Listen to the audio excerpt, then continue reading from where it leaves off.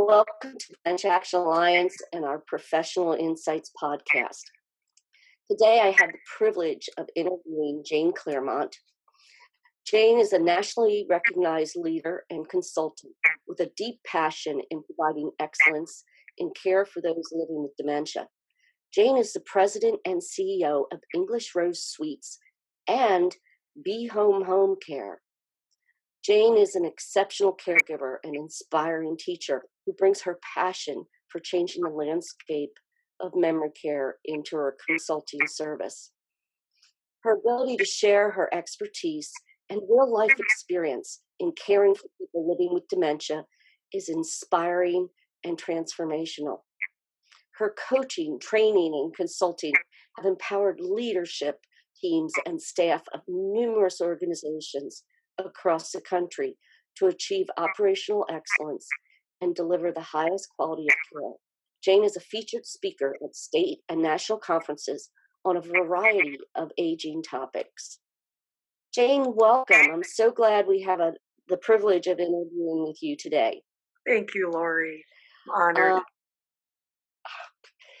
Well, I'm not to the point yet that I need a memory care.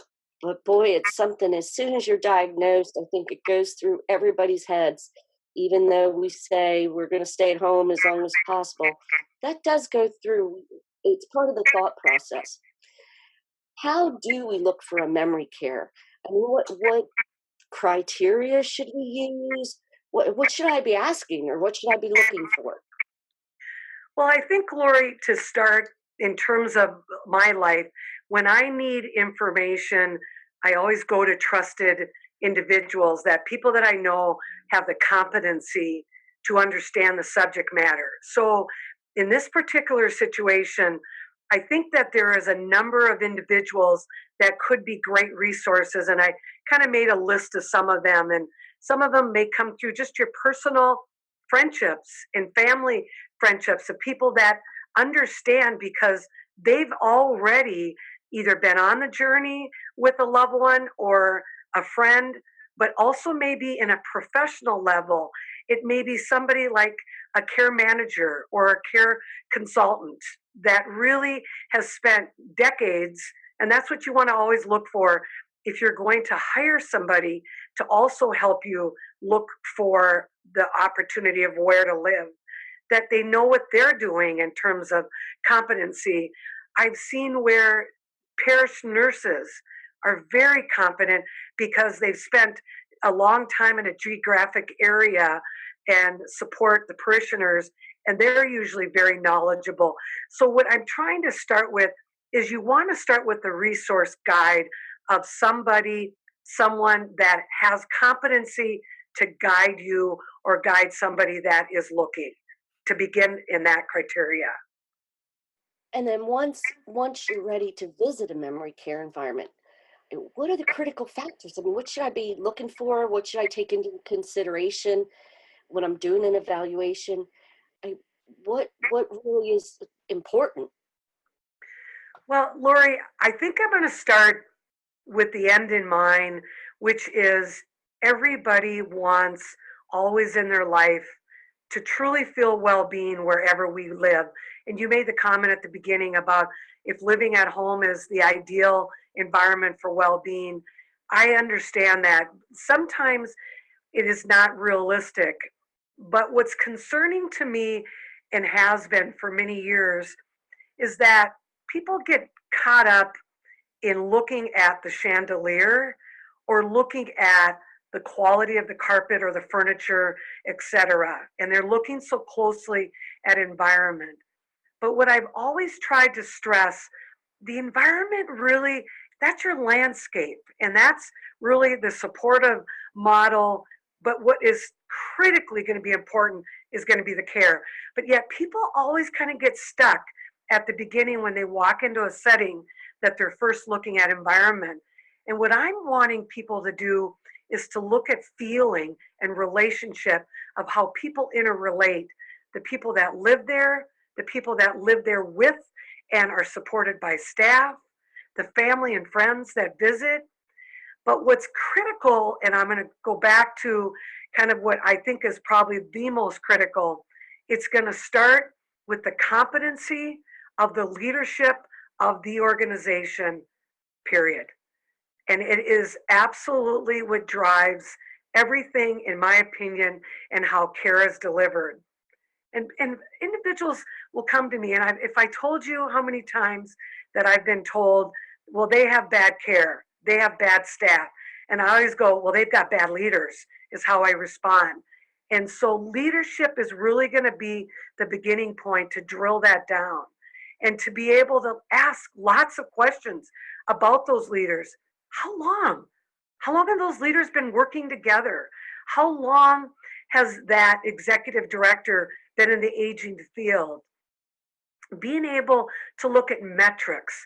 There are so many metrics that you could ask that most people don't even realize once they walk in the door. And for me, a lot of times, it is so vital that there's time spent off hours and not on hours. And let me explain. A lot of times appointments are set up at 9 in the morning, they're set up at noontime, or it's a very canned kind of process of a tour. And I really believe that that's going to be one snapshot of what's going on. But I think it's going to be really important for family and friends that are supporting somebody that is looking to go on off times and not say they're going, to, pop in and just kind of say, oh, we were in the neighborhood, and make sure to do it on those off peak times. It's also going during social events, during the time when you want to look at settings, to kind of see how the socialization and the interrelationships are actually occurring in that environment, not just at meals. It may be a study club that is happening that morning, and you want to pop in to be an observer of that, or a participant as well. But I'm going to go back to the leadership is vital. The turnover is a metric that, unfortunately, it's become a very difficult measuring tool, because in today's senior housing, our turnover is probably as high as it's ever been. And I used to be blessed to say I had a 19% turnover myself, and I think I lead a very extremely solid organization. But I think you do want to ask that question, and you want to kind of query a little bit more into that about turnover. What's the profile of all the leaders and the staff working together? Who is working there? Do you have nursing students that are helping support in terms of while they're in transition in school? So I think what my whole main gist of this conversation, it's to ask lots of questions. And I remember I had family one time tour an organization, and they said, well, we'd like to, look at your surveys, your staff survey, your family survey, and the residents living there or client survey. And the environment couldn't produce a survey because they didn't think it was important to be measuring information on that level. That would be something I would pause at when somebody does not believe in querying the people that are directly the end users of where you would be potentially deciding, or someone has a loved one moving to. I think something else that is important is sometimes people want to look at, will I get better care, or is it possible to get better care if it's in a nonprofit versus a for-profit entity? And I want to make sure that everybody pauses when thinking about that, because generalization, in my opinion, is it's not the right pattern to think about. I really believe it is focused back to that leadership team, because if the leaders do an exceptional job of supporting everybody in that environment, the delivery of care should be at a much higher level. And again, that's not a generalization, that's fact. In terms of when I look at environments where they're struggling, and where I've been a consultant over the years, it truly, I can always pinpoint it back to the relationships where the leadership is not leading, and leading by example, and being the first to help support those staff members every day in their role. So I think at this point I want to pause so that, Lori, if there's any questions or thoughts you've had from what I've said so far, and I'll be happy to continue. You know, I never really thought about looking into the leadership, but that's a key point. That is important. I know for me, I've gone to a couple of memory care facilities or just general care facilities. And one thing that I always find difficult is when I'm in a care facility that has call bells dinging or busy carpet. Even with my walker, busy carpet throws, a busy tile throws me off balance. And I lost my ability to filter sound, so noise bothers me a lot. And hearing that ding, ding, ding. And yet when you mention it to people, they're like, oh, well, we have to do that. That's our call bell. Instead of saying, you know, we didn't realize that impacts people living with dementia. And that, again, that's something that does start from leadership down. They need to recognize that there are many things that can increase frustration and agitation for people living with dementia. So that's a really good piece of advice that I had not considered. So thank you. Well, you're welcome, Lori. Anything else that I need to be aware of? Well, I'm going to go back to environment because that's what you were just talking about. So now when I said people get stuck looking at a chandelier or, you know, the beauty of furniture, what was missing from your point of what individuals didn't pick up on when you've asked the question is they really didn't have a philosophy that they had already prescribed to about how important that the environment pays close attention to noise, and that not everybody that has dementia is going to have that constant issue around noise, but a lot of people are. And you can just have a hearing impairment. Don't have dementia. You don't have dementia, but you have a hearing impairment and you're more sensitive. But what's important is, now here's the second part. When I look at leadership, that being number one, that leadership has to create a concept around what's the philosophy. And a philosophy is all of the hallmarks that we all agree to are the most important if we're going to do excellence. When looking at training, how are we going to truly look? And I was visiting with one of my staff yesterday, and we were talking about the word training. And I said, it's a word that is too general.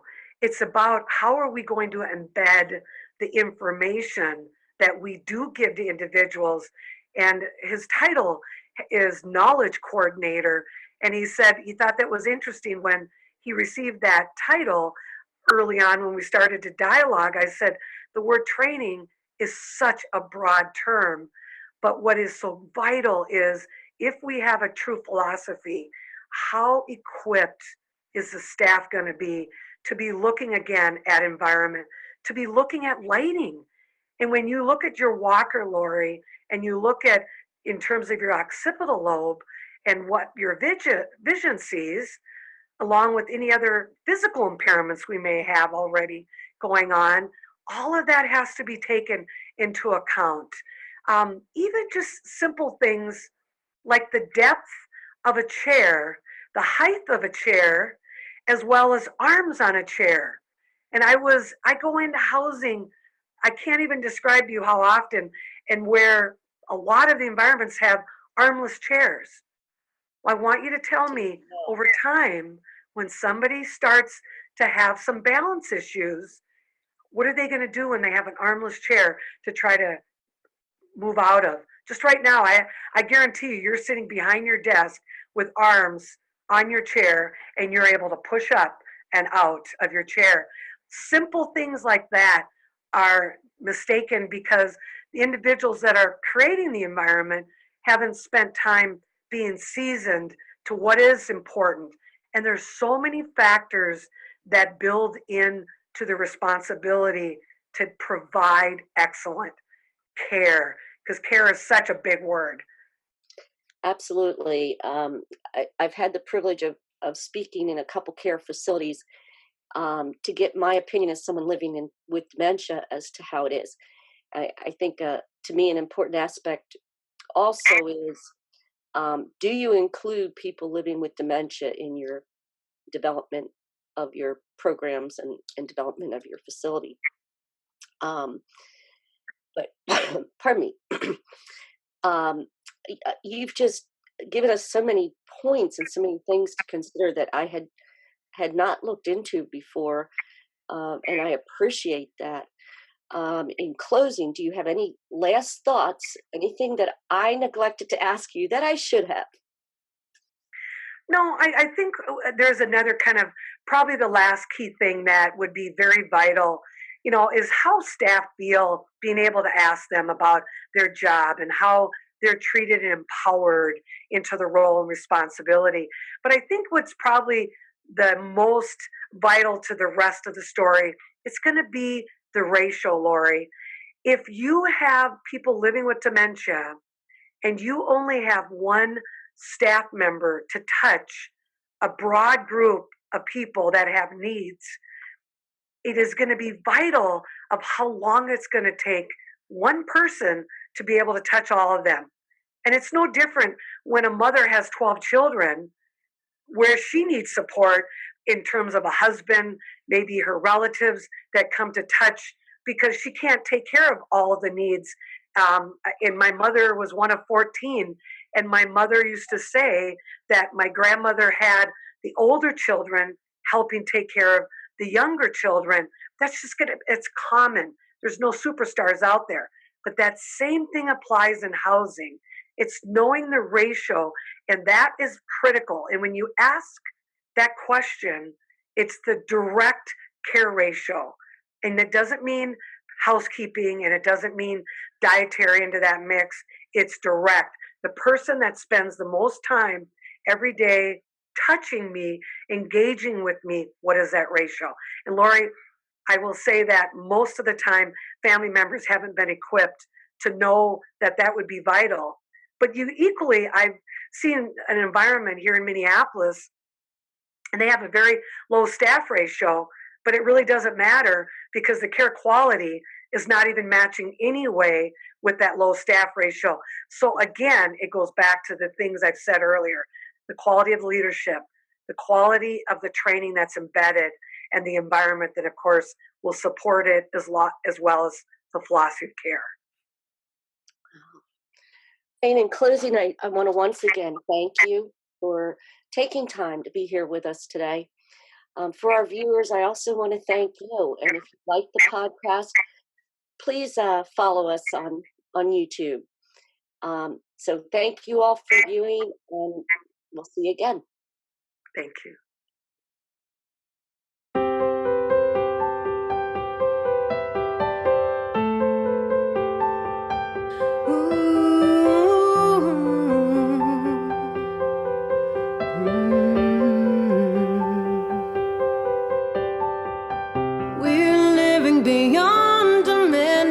Connecting our lives to help us survive, so we live our time to the fullest we can.